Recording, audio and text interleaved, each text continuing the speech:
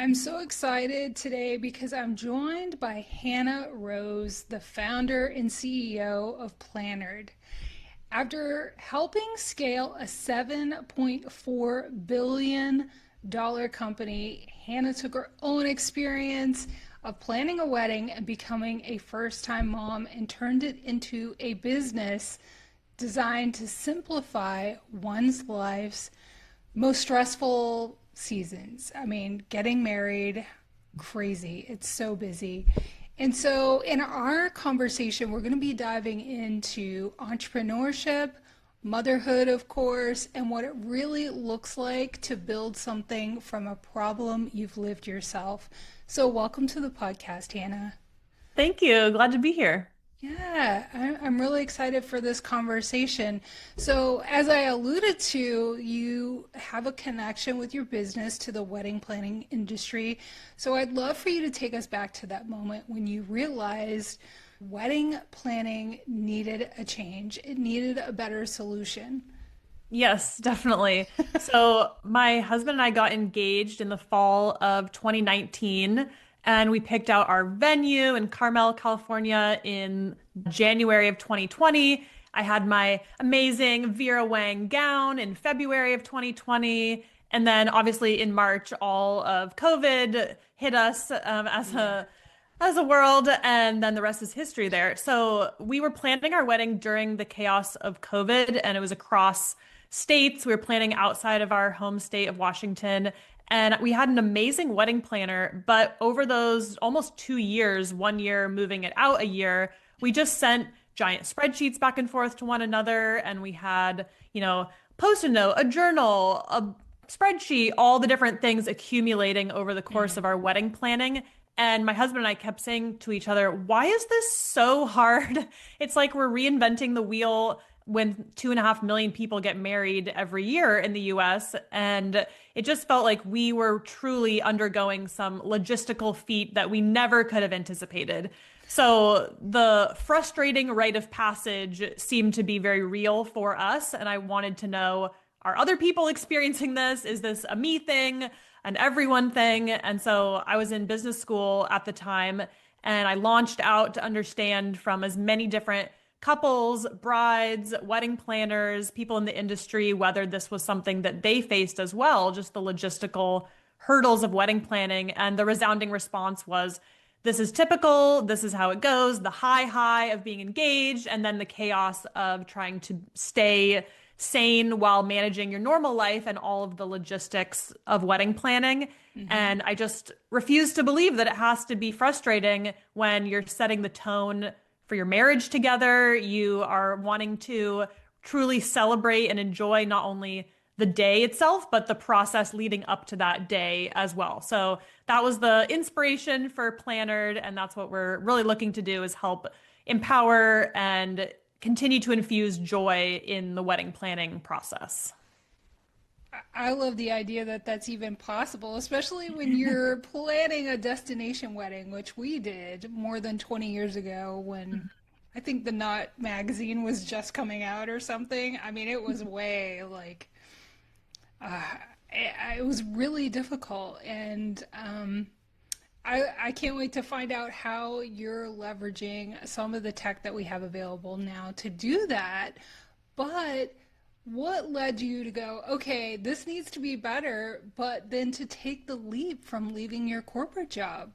hmm Yeah, I think we all run into things in our day to day where you think someone should improve this, or this should be made way better by someone who has that kind of background or the credentials. And my experience prior to going to business school was at a company called Carta, which is an equity management platform. And their whole concept is aligning diverse stakeholders around a central hub and source of truth, but the context is in the private equity space. So during our wedding planning process, there were just so many parallels in my mind about bringing together diverse people around complex information over an extended period of time. And I had seen what it took to build that exact product. And my experience being in operations and business strategy, where I worked with all different types of people across the business and engineering and product, marketing, sales. And so when I was faced with this problem in the wedding space, it seemed like maybe that person is actually me to go out and attack this problem and hopefully find a solution that really addresses the pain point head on and doesn't just add something nice to have, but truly game changing the experience for those who are using it. What I love so much about that is that so many female entrepreneurs and mom entrepreneurs or wantrepreneurs, they think, oh, I don't have experience in another industry, so therefore that disqualifies them. So I really love that you are building on something that you had some experience in and you're beginning to connect the dots. And just because you didn't have wedding planning experience other than planning your wedding, you didn't see that as an obstacle. You just really were able to apply this learned knowledge that you had. So anybody listening, take note. Also, what are some of those hidden broken pieces about planning a wedding that most people wouldn't realize? Yeah, I think when you are looking down the barrel of planning such an extensive thing that you likely don't have experience doing, I think one of the natural first questions is, where do I start? Where do I even begin to break this down into manageable pieces, or how would one even do that? And that was our first question, even as tech savvy, like to think of myself as capable. You are entering into an experience that you've never had before, and you feel naturally out of your depth planning something for 150, maybe 200 people. So I think the first chaotic instance is just thinking about where to even begin the journey. And that's really the first place that we can help people start, where we're allowing them to get a full view of everything they might want to dive into, and then break it up into really manageable chunks based on the proximity to their event. So the to-do list is, I think, really the driving factor of a lot of when those decisions will be made, but it's all supported by, what is your budget? What kind of scale are we operating here? Is this going to be something where there are multiple financial contributors? Are you going it solo from a contribution standpoint? So where we can be especially helpful right off the bat is posing these questions to people for them to apply into their own life and really reflect and figure out what that means for them, rather than prescribing a certain avenue, or you have to plan this particular event and you're slotting into this template, but really offering resources that can be used and applied across many different types of events, whether it's a small elopement or it's an enormous, blowout with all the people but really offering the resources that can be used along the way. So answering those tough questions when you need them answered. That is fascinating, because you finally find the one, which at some point in your life you probably think is impossible. And then becomes all of these other problems, like you said. It like opens a Pandora's box of, okay, here are all the things. So I really love that you've designed the solution to help anyone, not just somebody with a budget of 50,000 or more or something like that. So talk about how you have leveraged AI to help those planning a wedding to do that, because I think that's really fascinating.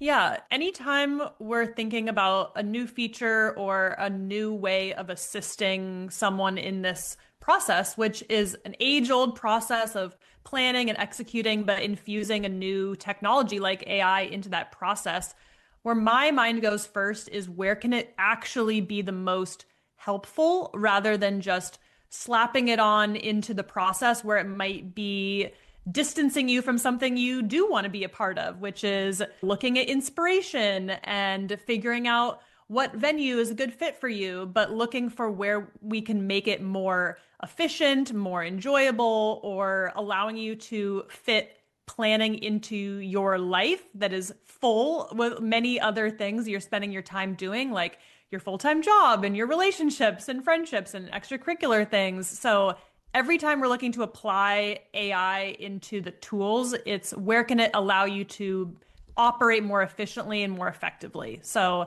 an example of that would be an upcoming feature that allows you to be more hands-on, kind of on the go with your adding of guests, of to-do lists and different things where you can be in touch with your account from many different places. I'll kind of allude to that loosely. Being able to be super customized around what your planning trajectory looks like. So you need input on how to plan your specific event, not just the cookie cutter event. And AI can be really helpful in digesting what those specific custom inputs are and then suggesting things that are really curated to what it is that you're planning. So you're not, looking down at certain to-dos, tasks that aren't really relevant to what you're planning. And it just feels that much more custom. And in that, it's a better use of your time, which is really ultimately what we want people to be able to plan effectively, have high quality planning moments, but doesn't feel like you're sitting down and spending a lot of busy work or busy time that could have been spent, living your life and doing other fun things. So efficiency and helping bridge the gap between inspiration and execution. That's really our sweet spot. It sounds like a really useful resource, and it sounds like it would be something, and correct me if I'm wrong, that would be better than using OpenAI. That if you're prompted for a certain question and given that question, you're prompted to something else that will direct you down a path that finds you a solution quicker. It's more detailed to you. Yes. Ultimately, there's so many moving parts that you're keeping track of across budget, the to-do list, guests, building the timeline of the day and all the different aspects. And AI can be a great sounding board, but then you need to bring the pieces together, and you might want to have people who you're delegating things out to help you. And how do you make sure everyone's operating off of the same information? And some of those people you're delegating to may have differing levels of comfort with technology. Maybe you want your mom to help you gather all of the addresses that she has from the family members that you don't have access to. And how can you loop in people in an effective way that can be helpful and also feel like you're involving your loved ones in the way that you want to be, that can help in the whole dynamic of planning. So those are things that we think about, not just how to do it, but how does it fit into your life and how does it improve the dynamic and improve the experience for you? I imagine that users are having what are their reactions? What are they saying about the use of the tool? The spreadsheet being one of the classic places to start is a tempting thing to dive into, but a lot of the feedback we get is, I like that it allows me to do what I want to do. It's not restrictive, but it offers the right amount of structure to the point where I feel supported, and this is a tool that's made for wedding planning. So you don't feel like if you're going to use a different project management, that project management is ingrained in it and that's what you're doing through wedding planning. But we have a very specific wedding flavor that allows you to feel like I'm right where I need to be. I feel supported, but not constrained. So that's a lot of the feedback that we get, that, you're not spending time building out the system that you need to use, or you download a template on Etsy that doesn't quite fit what you're building or working towards.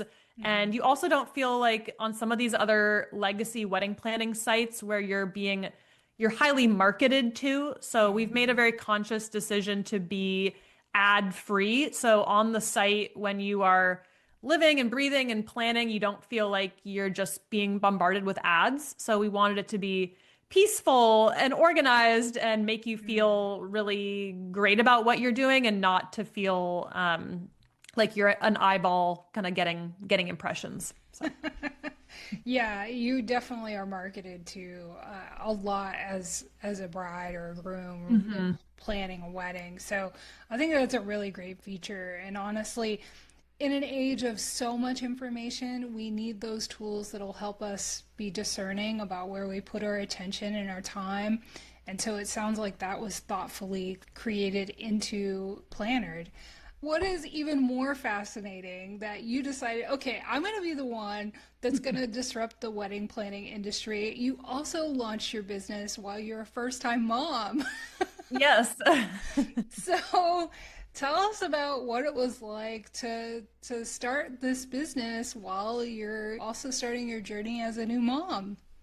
Yeah, I think it's one of those things where you don't know what you don't know, and then you get in the groove and you realize, okay, I have a lot going on here. And it's some of these reflection moments when you think back and you're video off on team meetings while you're nursing the baby, and you're saying, okay, hold on, team, the baby's just going down for a nap, and then you'll have my full attention. So it's a definitely a lot of juggling at the beginning where we were getting our footing with what does childcare look like and how to balance everything. And Mhm. I laugh now because when people would ask leading up to having my daughter, what are you going to do with your, how are you going to take maternity leave? You know, it's your own Yeah. business. And I said, I'm going to take an integrated approach where I try to do it all. And it sounded so doable and reasonable. And then I look back and think I was truly raising two babies at once, where both needed me so intensely Yeah. at those phases. And it was and continues to be a total juggling act, but it's also one that I'm honored to do. And I love both things, both parts of my life. And I think when you are a business owner, it is about integration and not drawing hard and fast lines, which I is funny. That's kind of been a takeaway for me. I listened to one of your previous episodes, and your guest was mentioning boundaries as a Hmm. key piece and saying, I have to say no more calls. And I think for me, it's almost been lovingly the opposite, where you're taking calls while you're on a walk or you're trying to figure out what the balance looks like. But it's evolving. Well, that's great that you bring that up because motherhood and business combined looks different for everybody. Honestly, I think it's great that you were able to start your business after COVID because as a mom entrepreneur, I remember that it felt really odd at the beginning of COVID that it was the first time that I didn't need to apologize if my daughter ran in the room. A pet jumped up somewhere or something like that. It was always like, oh my God, don't let them figure out I'm really a human. Yeah. Mom, with all of these other things going on in the world, it looks different for everybody. And so that's a reminder to our listeners too. And it's my goal that anybody who listens to an episode or finds the podcast can find someone that they can relate to. So that's great. But how has motherhood, do you think, shaped you as a founder? hmm Yeah, I think I hear this from a lot of other parents, and I do think it rings true. The prioritization and time management aspect, where you're sitting in front of your computer or you're looking at a certain amount of time you have to get something done, and you do become very efficient. And there's not a lot of time where what could I possibly do with this time? You're floating, figuring it out. You have to become very specific about, okay, here's my day. This is what I'm looking to accomplish during this time. And I think that efficiency does mean you have to be ruthless with your prioritization. And I think I've had to really zero in on what that looks like. And some things, when they're high priority, they'll get done. And other times you have to be specific about, I'm actively giving this to another team member because I have to be specific here. So I think the prioritization has really been something I've had to rein in and be really intentional about for sure. Yeah, I don't think that there is any mom who goes, I did not appreciate my time prior to being a parent. It's never the same. It's all totally worth it, but you just never realize how much you didn't appreciate your time. And you hmm could probably accomplish way more before you had children if you just realized how precious time is. But one thing that comes up for so many moms that I talk to is that they just don't feel like motherhood is the right time. They can't start a business because they're a mom and they need to hmm wait till the children get older. So, what do you say to those moms who might be listening who are like, well, I want to start a business, but now is just not the right time because I have a family? hmm Yeah, I think designing your life and being intentional, there's definitely something to figuring out how would something fit in the mix and being realistic. But I also think there's reflecting on your why is also probably a useful exercise where if you have that drive to start your business, thinking about what is driving you to do that. And I think being a mom provides extra drive that you may never, or I hadn't tapped into this whole other side. I tell my friends without kids who ask, like, what is it like being a mom? It's like driving a car and then you realize there's a whole other gear that you hadn't even driven in before, and you get to operate in a whole new capacity. So I think if you have that drive, understanding where is this coming from and what do I want to achieve by exploring that drive, I think is a useful thing to do. And there's probably not going to be a perfect time to do it, but there might be a good enough time to do it where the pieces in place are going to support me and things will just evolve and morph as you explore it. And I do think it's tempting to want to control and plan out, here's what I want to do and here's how it will impact the rest of my life and here's how I will accommodate that. But like me before, there's so many things you don't know. And so it's hard to plan for everything. So you might just have to dive in if you feel like I know enough to get there. I may not know everything, but I know enough that it's going to at least allow for step one, step two, and then we'll see how it evolves from there. I think just like you said, creating that thing that can evolve. If you don't create anything and put that out there, it can't, morph into whatever it's going to be in the future. And as somebody who's on the other side of raising one of their children, I am so grateful I started my businesses and this podcast in the midst of raising my oldest daughter, because then when she's like ready to live her life and do her thing, I have something that's mine. And I think that that's so empowering. Definitely. I think if you wait to self-discover when you have that time that's more about you and less in the caretaking role, that's a huge precipice to look out and say, who am I? And I'm going to put off knowing myself better or exploring my interests more when it's more convenient for other people. I think valuing yourself enough to say that I have something that I want to explore and then carving out time to explore it and sort of put the oxygen mask on yourself first kind of moment. And I think if you feel fulfilled and excited and alive as a mom and as a person, that you just are able to pour that back into your family. And I think everyone in your life will see and experience that positivity that you bring if you're able to do that. Yeah, I mean, I firsthand have seen what modeling, doing the things that we're doing, the impact that is on my daughters. It's whether you have daughters or sons, it doesn't matter. I think it's just a really valuable role as a parent to be an example and not just say, do this, do that, live your dreams and do the things that you love.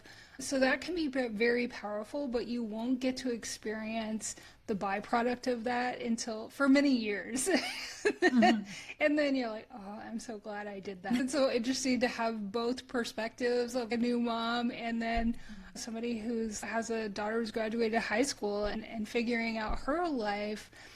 I would love to hear some of what have been the hardest and the most rewarding things about building a business, because I think depending on who I talk to, they look at the really positive things like you and I just talked about, but then they also really look at they can tend to look at the really negative things. So what would have been those good and bad things for you in building your business?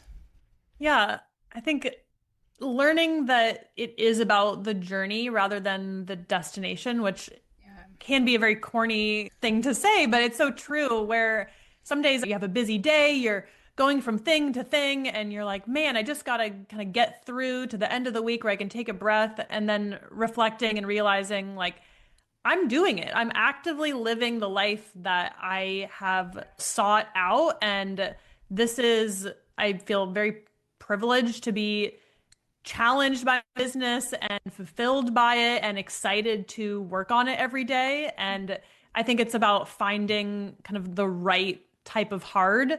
And I've seen what it looks like to be at that total burnout phase. Right before I went to grad school, I felt like I had reached total burnout, where it was during COVID, where you're waking up and you walk 2 steps to your laptop, sit, 9 hours go by, you stand up, and then you leave. And I think that was my skill set was being applied and I was very capable, but I didn't walk away feeling like I was giving myself in a way that was also giving back to me. And I think now growing my business, I'm giving myself, all of myself to this business, but it's also giving a lot back to me. And I feel very fulfilled by the challenges rather than empty from the challenge, where you're just kind of giving and feeling the burn. Not to say that you can't experience burnout as a business owner. We all know you can, but I think it feels different when you know that this is hard and it's supposed to be hard and it's just feeling right.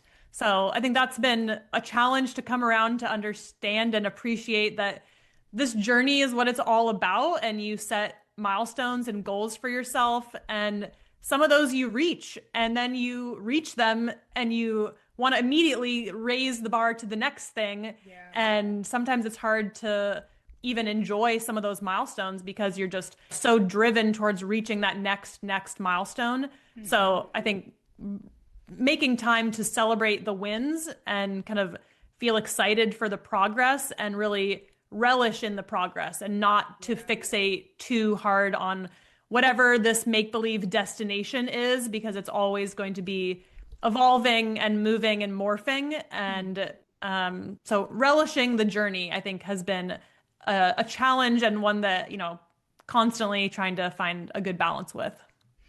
That's so true. We can't just keep moving the benchmark and not taking the time to enjoy those wins that we have. But while you were talking, I couldn't help but think about the impact that Plannerd is having on, like you mentioned at the beginning of the conversation, on couples setting the tone for the entire next stage of their life. Mm-hmm. So what are some of your whys that keep you motivated and in the game? If anybody is listening and like, okay, I'm not sure what my why is.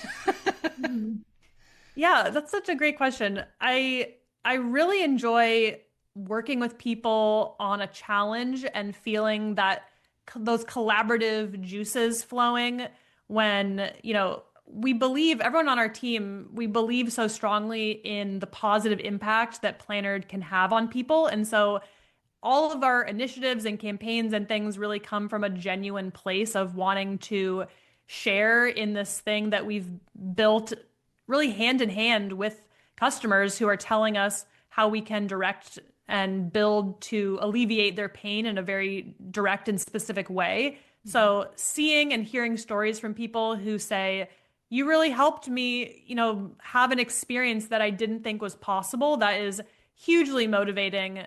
And also knowing from my own experience, being able to build something that was inspired by an experience that I had personally, I think is a unique experience where I know what it was like and I can envision the flip side. And that's what I hope to give to others who have Plannerd be a part of their journey. But I think the teamwork aspect, the collaboration, seeing people really in their element and using their skill set and their strengths is hugely gratifying for me as someone leading teams and leading people, when I see different team members and wanting to create a really authentic and fun environment, hopefully fun, where people are putting their skills to great use towards a mission that we feel really strongly about, is just hugely, hugely gratifying.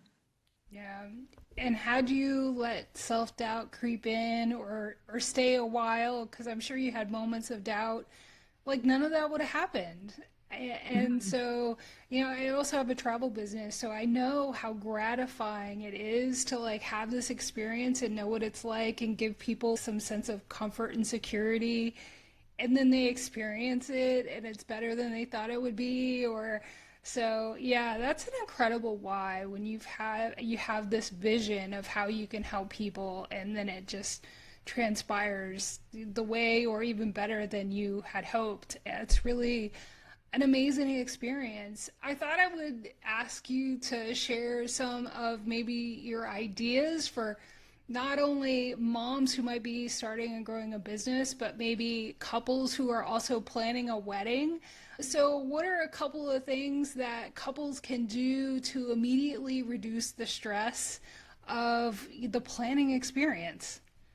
Yeah, I think a good first thing is just to feel like you're really on the same page as a partnership. And I think grounding yourself in that partnership is one of the best foundational things you can do because there will just be so many different opinions and people weighing in that if you can always ground yourself in feeling aligned with your partner, I think that's a great thing, a baseline thing to establish before you start bringing in other opinions. And I think recognizing and even articulating within your partnership whose opinions are we bringing in and going to let in, and what opinions are we not going to let in? And even being specific about how you're going to define who's in our circle of the planning, inner circle, just being, specific about how you're going to let certain opinions affect you. I think that's a great starting place. And sometimes that can happen midway through after you realize how the dynamics are going. But I think getting aligned as a partnership is a great place to start and just continuing to ground yourself in what is this all for? What are we doing all of this for? And I think we say this all the time at Planner that once your algorithm gets a whiff of you wedding planning, there's a lot of content coming at you and there's a lot of things you're digesting and continuing to be excited by that, but then ground yourself back in why am I doing this? What are we actually working towards celebrating? So staying grounded with your partner, I think, is a great thing to keep in mind.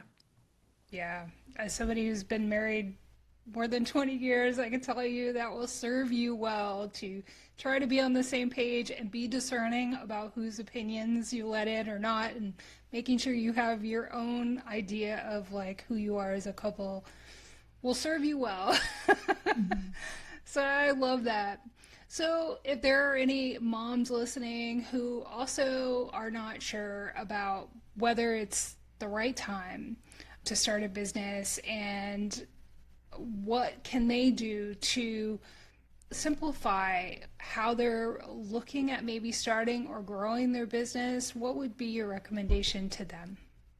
Yeah, I think when you are conceptualizing building a business and maybe the examples of that business you have in your mind are these fully fledged, built out things, and the comparison between 0 and your perception of 100 just feels so vast that that difference it'd be impossible to build, and that can feel super daunting. But I think taking it back to square one of who's my customer, who are my people, who would be using this or benefiting from it, or what pain am I alleviating? And a great first step is just go have a conversation, have one conversation with someone who knows about what you're doing or who would be a potential person to engage in your product, and just become obsessed with those people and what do they think about? What media do they consume? What is their time spent doing? And learning about what that ecosystem looks like, I think is a really approachable first step. And that can tell you a lot of things, whether you learn about it and you think, I'm so glad I learned that. I'm not interested in pursuing this. Or you get into conversations and maybe you get inspired in a whole different direction that's totally different than your original idea. But I think validating that idea by talking to as many different people who are related to that pain point as much as possible, and just keeping in mind that those huge businesses or established companies, they all started with that first step, just as you are starting with an idea. Everyone started with an idea. So just breaking it down, I mean, in the wedding planning world, breaking it down into little bite-sized pieces, you're not going to go from an idea to this whole flourishing thing overnight. And really just what can that first approachable step look like? But just like what you're saying, taking the first step is everything. And sometimes that the difference between 0 and 1 can feel like the largest gap because you're taking a risk and you're putting yourself out there. But my husband and I say this to each other all the time. The hardest part about going to the gym is putting your shoes on and just deciding to go. So just decide to go and then see where it takes you. Right. It's so true. It does. It is about the deciding. Sometimes it's not even all about the other little things. It's like, what is it actually that you want? And so I love too, like what you added also circles back to how you kind of became obsessed, I guess, about whether other brides and grooms had the same experiences you did. Like, was it as tough for you as it was for me? And that whole proof of concept is so important. Don't create something that people don't need. So I love that. Hannah, it's been a great conversation. I love that you took the confidence to start this business and have the impact you're having. And now you're an example to other women and moms. And you're helping us do an age-old thing like getting married in a new age of AI and all this information and so many options, and helping couples begin to like narrow that down and create what really is uniquely theirs. So I think that's a fantastic story. So tell listeners where they can find Plannerd and connect with you. Definitely. Yeah. Plannerd is plannerd.com, Plannerd. And we're on Instagram at Plannerd Inc. And I'm on Instagram. The handle is It's Hannah Roze, Roze with a Z. And yeah, we're across all the different socials with that same handle, and love to chat with anyone if people are interested about building a business or wedding planning. I'm happy to connect with anyone. So happy to chat. That's awesome. And I'll leave those links in the show notes. Thank you so much for joining us and sharing your story. Thank you so much, Angela. What a pleasure. Yeah, it's been great.